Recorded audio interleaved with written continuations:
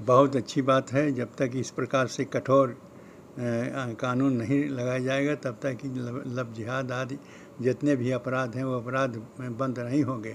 इसलिए बहुत अच्छी बात है जो जोगी जी ने विधेयक पास किया है, विधेयक पारित किया है, पेश किया तो उसको पारित कर देना चाहिए, उसको पास कर देना चाहिए, जिससे पूरे देश में लागू हो जाए।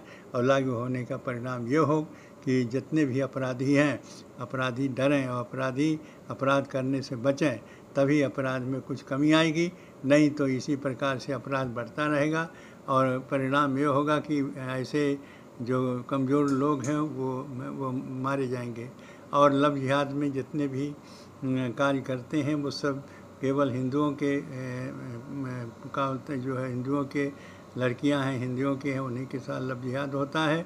और इसी प्रकार से जो लव जिहाद हो रहा है उसको कठोर से कठोर जो लव जिहाद के रोकने के लिए विधेयक पेश है उसको पास करें और पास करने के बाद में उसको लागू भी करें, जिससे एक दो जगह जब लागू हो जाएगा तो लव जिहाद आना और जितने भी अपराध हो रहे हैं वो अपराध में कमी आएगी और अपराध बंद होगा। नहीं तो ऐसे अपराध चलता रहेगा।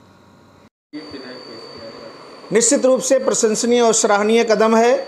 हमारे भारत देश में विशेष करके उत्तर प्रदेश के तराई क्षेत्रों में इस तरह की घटनाएं निरंतर बढ़ती जा रही हैं, जिसको रोकने के लिए एक कठिन और कठोर कानून बनाने की आवश्यकता थी, जिसके उपलक्ष्य में माननीय मुख्यमंत्री योगी आदित्यनाथ जी महाराज ने एक कठोर और कठिन कार्य किया है, जिससे इस व्यवस्था पर रोक लगेगी और जितने भी आतताई हैं इस कठोर कानून से घबरा करके निश्चित रूप से जो धर्मांतरण कराने वाले लोग थे वो बचेंगे। इससे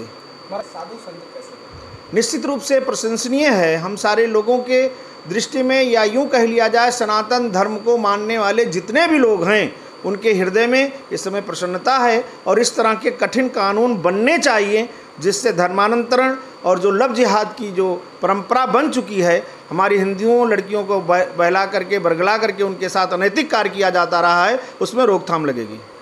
पूज्य योगी आदित्यनाथ जी महाराज को बहुत बहुत साधुवाद, क्योंकि पूज्य मुख्यमंत्री जी ने लव जिहाद पर आज एक विधेयक पेश किया है।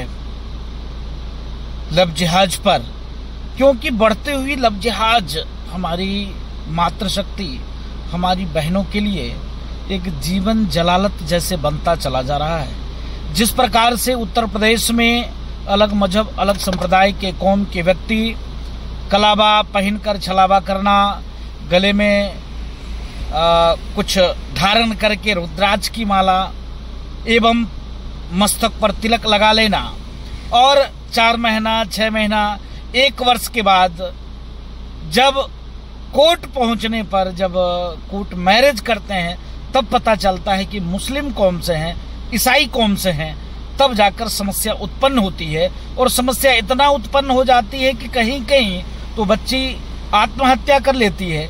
कई स्थिति परिस्थिति यह बन जाता है कि किस प्रकार से उसके साथ कई पुरुषों के साथ गुजारना पड़ता है, तब वो आत्महत्या कर लेती है। कई प्रकरण हम लोगों के पास ऐसे हैं। इसके नाते लव जिहाद पर सख्त कानून बनाने की जरूरत है। तो पूज्य योगी आदित्यनाथ जी महाराज ने इस पीड़ा को सुनी और बिल पेश किया है उन्होंने, तो इसके नाते कोट साधुवाद, आभार और धन्यवाद।